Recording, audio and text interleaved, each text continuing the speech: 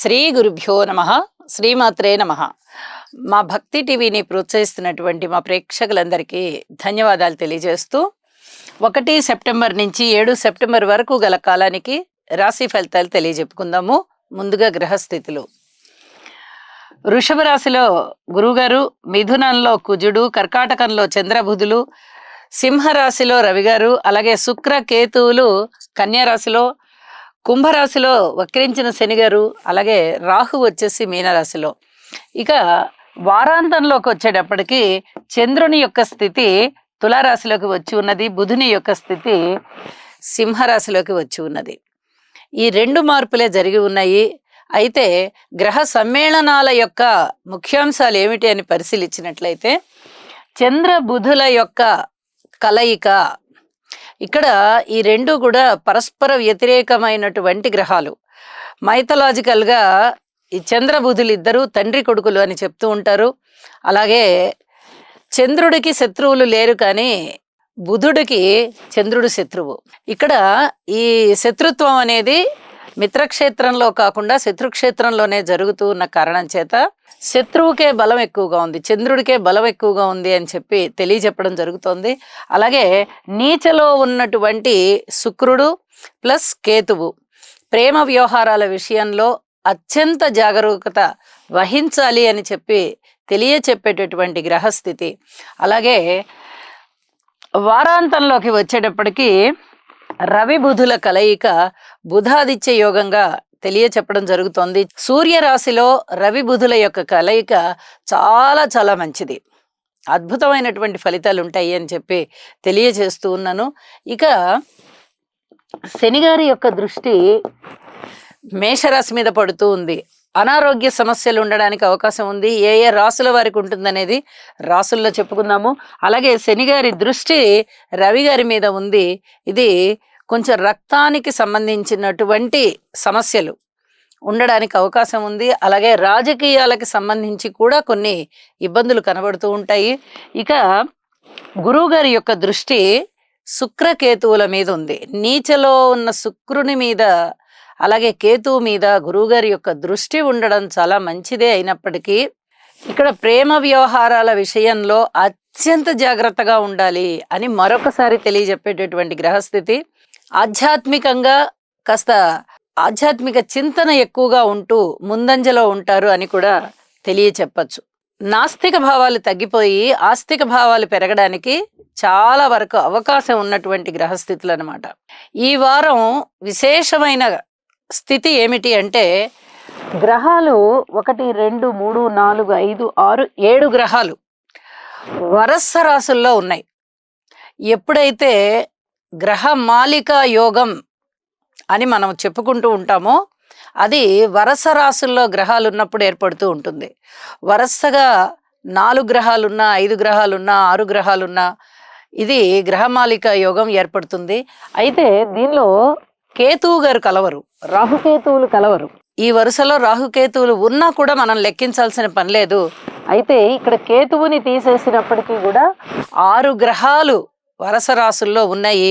ఇది 2.5 రోజు మాత్రమే సాధ్యపడుతుంది. ఎందువల్ల అంటే చంద్రుని యొక్క స్థితి 2.5 రోజు ఒక్కొక్క రాశిలో ఉంటుంది కాబట్టి ఈ స్థితి గ్రహమాలికా యోగం కూడా అన్ని రాసుల వారికి మంచి ఫలితాన్ని ఇస్తుందని తెలియజేస్తూ ఉన్నాను. వారాంతానికి వెళ్ళేటప్పటికీ చంద్రుడు తులారాశిలో ఉన్నారు. అలాగే కుజుని యొక్క దృష్టి శుక్ర కేతువుల మీద ఉంది. ఇప్పుడు చెప్పినటువంటి ప్రేమ వ్యవహారాల విషయంలో అధిక జాగ్రత్త తీసుకోవలసినటువంటి గ్రహస్థితి. నీచలో ఉన్న శుక్రుడి మీద కుజుని యొక్క దృష్టి పడుతూ ఉంది. ఇది కొంచెం పిల్లల విషయంలో అంటే ఇంకా పూర్తిగా లోకజ్ఞానం తెలియని పిల్లలు 12 ఏళ్ళు 13 ఏళ్ళు 14 ఏళ్ళు ఆ మాత్రం వయసున్న పిల్లల విషయంలో అధిక జాగ్రత్తలు తీసుకోవాలి. పెద్దలు ఖచ్చితంగా కేర్ తీసుకోవలసినటువంటి సమయం అని చెప్పి తెలియజేస్తూ ఉన్నాను. పిల్లల పట్ల జాగ్రత్తగా కేర్ తీసుకుంటూ ఉండండి. చిన్న పిల్లల విషయంలో వాళ్ళకి అభంశుభం తెలియని పిల్లలు, ఒక 10 ఏళ్ల నుంచి 14 ఏళ్ల వయసు గల పిల్లలు, ఆ వయసు పిల్లలు ఏదైనా అధికమైన కోరికలు పెట్టుకుంటారు తెలిసి తెలియని తనం వల్ల. ఇక్కడ కొంచెం పెద్దలు జాగ్రత్తలు తీసుకోవాలి అని చెప్పి మరొకసారి తెలియజేస్తూ ఉన్నాను. ఇక పరిహారాలు ఏమిటి అనేది చివరికి తెలియజెప్తాను. ఇక రాసుల్లోకి వెళ్దాము. ధనస్సు రాశి వారికి ఈ వారం రోజుల కాలము కూడా గ్రహస్థితులు ఏ విధంగా ఉన్నాయి అని పరిశీలిస్తే 2 గ్రహాల యొక్క అనుకూలత కనిపిస్తూ ఉన్నది. తృతీయ స్థానంలో శనిగారు బాగున్నారు, అలాగే దశమ స్థానంలో శుక్రాచార్యుల వారు బాగున్నారు. అయితే ఇక రాహుబలం కానీ, గురుబలం కానీ, కేతు బలం కానీ, ప్రధాన గ్రహాలు 4 అని చెప్పుకుంటూ ఉంటాం మనం ఎప్పుడూనూ గోచారాన్ని నిర్దేశించేవి. ఆ 4గిట్లలో ఒక శనిగారి బలం బాగుంది తప్ప మిగతా 3 గ్రహాల బలాలు అంతగా లేని కారణం చేత ఇక్కడ గ్రహ బలాలు పెంచుకోవాల్సిన పరిస్థితి కనిపిస్తోంది. గురువు గారి యొక్క స్తోత్ర పారాయణాలు చేసుకోవడము, రాహు గారికి దుర్గ పూజ చేయడము, కేతువుకి గణపతి పూజ చేయడము, ఈ 3 తప్పనిసరిగా పాటించవలసిందిగా సూచన చేస్తూ ఉన్నాను. ఏదైనా ఉద్యోగ వ్యాపార వ్యవహారాలలో కాస్త సంతృప్తి లభిస్తుంది. అయితే ప్రేమ వ్యవహారాలలో మటుకు అధిక జాగ్రత్తలు తీసుకోండి. రాజకీయాల పట్ల అతి జాగ్రత్తగా ఉండాలి. ఇది చాలా చాలా చెప్పదగ్గ సూచన. అలాగే ఆరోగ్యం విషయంలో కూడా జాగ్రత్తగా ఉండండి. రక్తానికి సంబంధించినటువంటి సమస్యలు ఏదైనా రక్తం గడ్డగట్టడమో, కంతులు, వ్రణాలు ఇలాంటి పేర్లు చెప్పుకుంటూ ఉంటాం మనం. అలాంటివి ఏమన్నా శరీరంలో ఉన్న వాళ్ళకి ఈసరికే అలా ఉన్నవాళ్ళు అధిక జాగ్రత్తలు తీసుకోవాలి, ఔషధ సేవ చేయాలి అని చెప్పి తెలియచేస్తూ ఉన్నాను. వాహనాల విషయంలో జాగ్రత్తగా ఉండండి. అలాగే రక్తస్రావాలకి సంబంధించి కూడా ఇబ్బందులు ఉండడానికి అవకాశాలు ఉన్నాయి. కాబట్టి ఈ వారం చాలా చాలా ముఖ్యంగా ఈ జాగ్రత్తలు తీసుకోమని చెప్పి తెలియజేస్తూ ఉన్నాను. వివాహాది శుభకార్యాల విషయంలో మరింతగా కృషి చేయండి. ఈసరికే వివాహాలు కుదిరిన వారికి సరే, కుదరని వారికి కొంచెం వాయిదాలు పడేటటువంటి అవకాశం ఉంది. ఇంకా కొన్నాళ్ళు పడుతుంది వివాహాది శుభకార్యాలు ఇంట జరగడానికి అని చెప్పి తెలియజేస్తూ ఉన్నాను. అన్నదమ్ముల సహాయ సహకారాలు బాగున్నాయి. మీ మానసికమైనటువంటి సంకల్పం చాలా దృఢంగా ఉంటుంది. ఇది చాలా చెప్పదగ్గ సూచన. చక్కటి మేలు చేస్తుంది. ఒక్క సంకల్ప బలం వల్లనే మనము ఏ రకమైనటువంటి పాజిటివ్స్నైనా కూడా పెంపొందింపజేసుకోవచ్చు, నెగిటివ్స్ని తగ్గించుకోవచ్చు అని చెప్పి తెలియజేస్తూ ఉన్నాను. స్వగృహ నిర్మాణంలో ఉన్న వారికి కాస్త జాప్యం అయ్యేటటువంటి పరిస్థితి కనబడుతోంది. దుర్గ పూజ తప్పనిసరిగా చెయ్యండి. విద్యార్థులు హయగ్రీవ స్తోత్రాలు చేసుకోవాల్సిందిగా సూచన చేస్తున్నాను.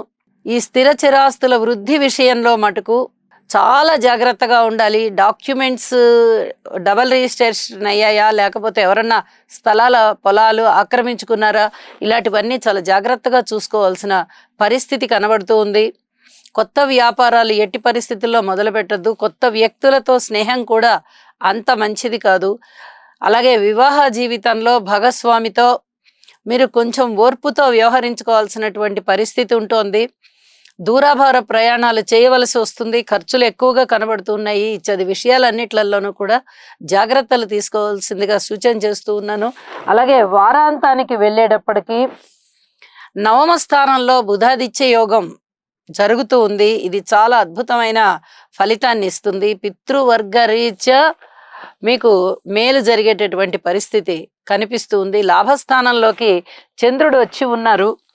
అనేక విధాల లాభాలు ఉంటాయి. ముఖ్యంగా ఈ ప్రయాణాలు ఏవైతే చేసి మీరు అరే మనకేమి అంత ఉత్తమమైన ఫలితాలు రాలేదే అని బాధపడతారో అలాంటి విషయాలలో తిరిగి మీకు లబ్ధి కనిపిస్తుంది. అప్పుడు వెళ్ళి రావడం మనకి మేలైందని వారాంతంలో అనుకుంటారు. ఇవన్నీ కూడా మీకు మానసిక సంతోషాన్ని పెంపొందింపజేసేటటువంటి పరిస్థితి కనబడుతూ ఉంది.